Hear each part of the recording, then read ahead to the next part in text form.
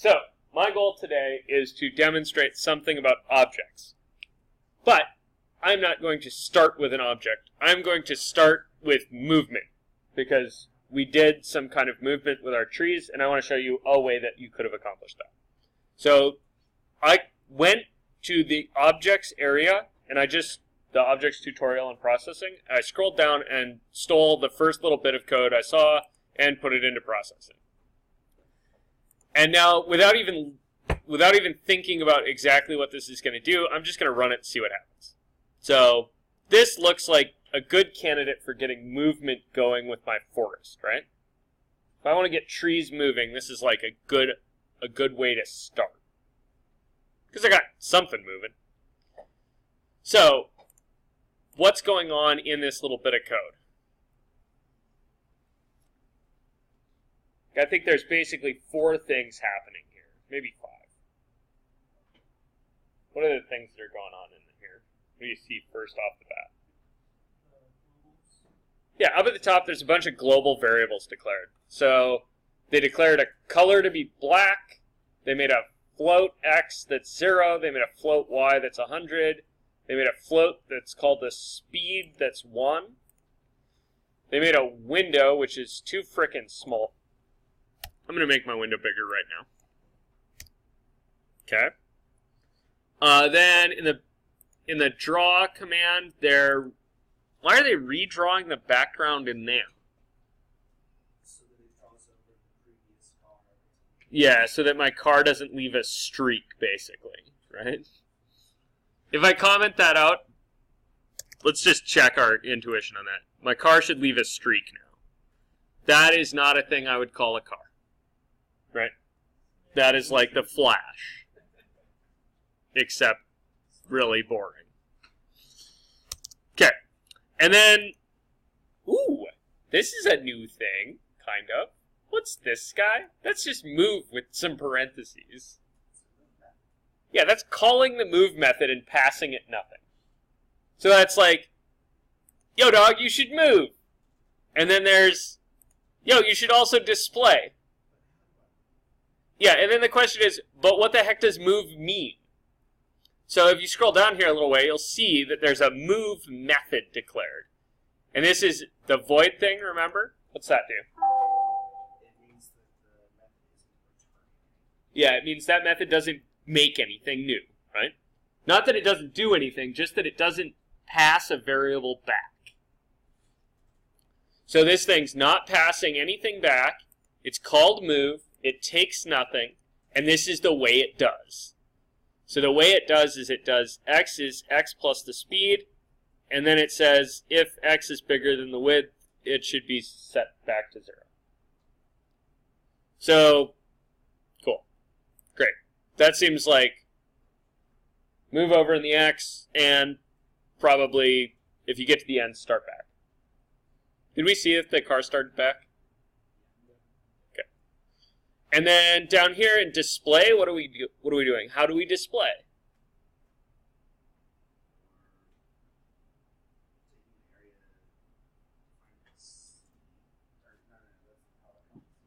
Yeah, so I'm using the color C that was declared up at the top, which is a stupid thing to do, by the way. This should be called something. Like, C is a dumb variable name. So you're choosing a color and then you're drawing a rectangle at x and y. That's 30 by 10. Perfect. So we're filling black, and then we're at x and y drawing a rectangle that's 30 by 10. So if I make this 110, what's that going to do? Is that going to move the rectangle around, or is it going to make it... Oh, sorry, taller. It's going to make it mega tall. Now I have this giant thing. Now if you add a spin to it, Jacob, can you shut that spin off? higher. So, for the benefit of people watching a video, Jacob has increased the speed to 1,000,000. And then observed what happens. You're welcome for the seizure at home. Okay, but I agree 1 is too slow. So, we'll go to 5. Alright, now, I would like this to move a tree around, right? Okay, so I want to use something inspired by Chris's tree. So how did you get an image in there? P-image So you used p-image. Oh, not like that, though. P-image. equals whatever you want the image to be called. Okay, so I think first you declare, and then you load in the setup, right? Okay, so one place you can get this information, right, is you can go to the, oh, and actually I need a picture of a tree anyway. So let me bring up image processing. So if you go to the API for, oh god, and here's where we're in trouble. There we go. So you go to the API, and then there's stuff. Okay, cool. So let's see. Seems like, oh, there's the load command. That's what I need. So I'm just going to snake the load command straight out of there. And let's just put that right here. Load image, lawdefense.jpg. Well, I don't have that image, and I want a tree. Tree image. Probably want a PNG so that the background can be I really want this tree. Yeah, and you want the background to be transparent if possible. Otherwise, you'll draw a rectangle with a white background. So I'm just going to save this to the desktop, and I'm going to rename it to tree.png. oh, you have to save it inside the sketch. Yeah, I know. I haven't saved my sketch as anything yet. So, see, my sketch doesn't have a name yet. That means it kind of doesn't reside anywhere convenient. It resides still in here. So, I'm going to call this sketch forest. And then I need to go find that and put my tree in it. So, where did my forest sketch live? I'll give you a clue. It's not this one. Forest was a really stupid name, wasn't it? I think it went in here. Oh god, which processing did I have open? Let me try this. Save as desktop Forest Joe, so I remember which one it is. And then, there we go. Okay, so stick your tree in next to your PDE file. And then I called it tree, right? Okay. So now this shouldn't actually, oh. You guys see that big red error? The file tree.jpg is missing or inaccessible. Make sure, oh crap. It's still saved as So if you go look, you will notice after much frustration that it is tree.png,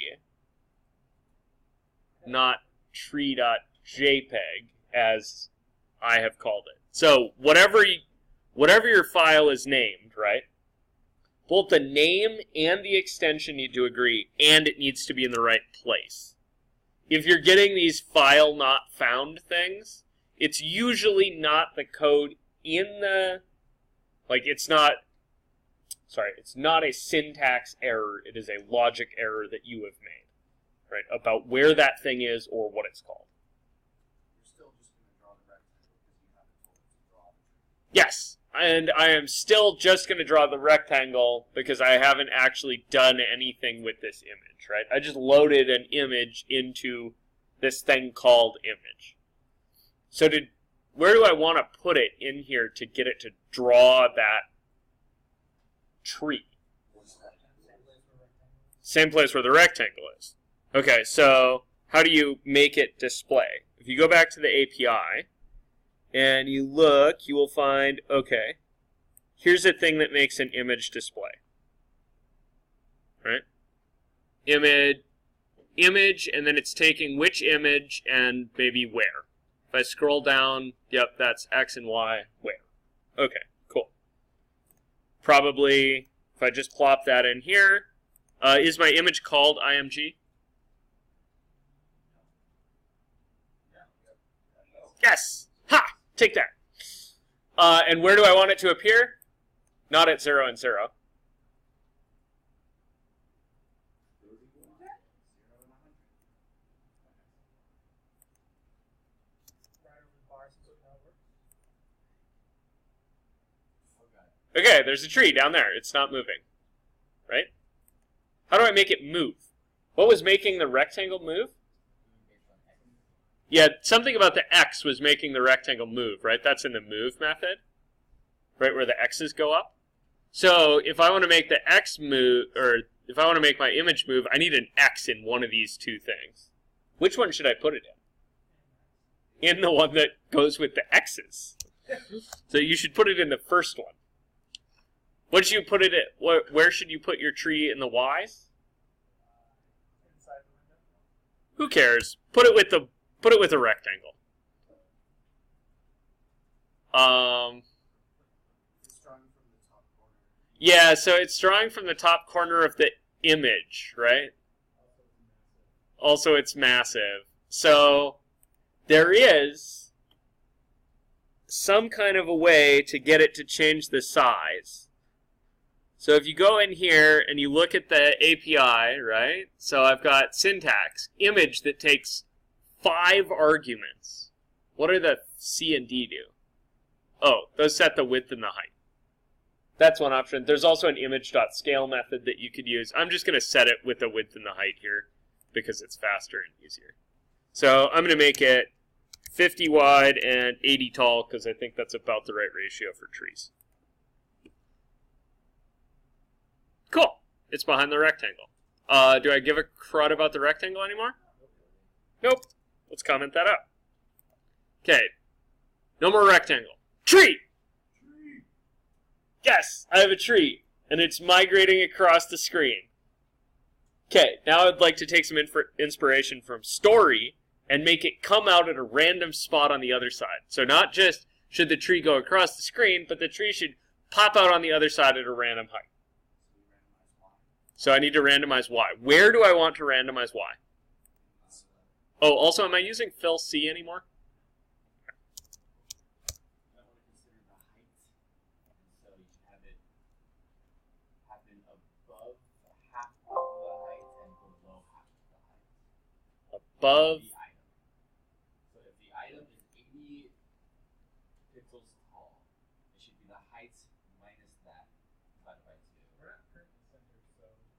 Oh, it's not centered, is it? No, it's not centered. And so my question was more philosophical, which is, at what point in the code do I want it to randomize the height? Do I want to randomize, like, as it's moving? Do I want them in display?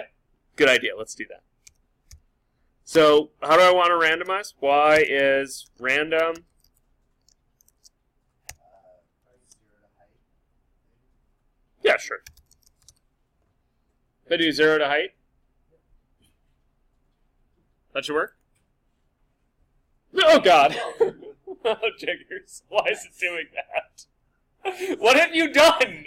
My tree was moving nicely before, and now it's casting the phasing spell from Diablo 1 all over the place. Stop it. It's randomizes Y every time it runs through this. Are you into a forest? It looks like. That's what it looks like. That's what they do. That's what they do when you're not looking. You have it with if x equals when x equals 0. So x greater than width. Okay, so I think I want to reset it when it goes to the end, right? Okay, so now the Y will be basically the same most of the time, right? Except for when X hits the end, and then it'll randomize it again. Okay, tree. That looked the same. Oh, good. Now it's randomizing. Now I have 50. Now add 50. Why? 50 more trees. Oh, 50 more trees. Okay. Cool. So if I want to add more trees, this is where objects come in handy. Because I don't want to change all of this crud for every single tree. Which is what? Yeah, so if you go through and you find yourself copy and pasting code a bajillion times, probably a good idea to rethink what you're doing. you guys didn't have the tool to rethink what you were doing, so copy and pasting is exactly what you ought to be doing. If you find yourself copy and pasting just a ton, you should know that there is an in-between. Between using the right technique and using the wrong technique, there's a middle, which is using the right wrong technique. And the right-wrong technique in this case is to write a for loop to generate the code that you would instead of copy and pasting. Right? Because one of the nice things about computer coding is that it does repetitive tasks really well. So one of the nice things you can do is if you find yourself writing a lot of really stupid code where you're just copy and pasting and changing one number over and over again, you should instead write a different program that is a for loop that writes a text file that has all that crap in it already that you can copy and paste once. Cool? That is not a good coding technique. It is just a hack to know, and sometimes it's worth knowing. So, I'm going to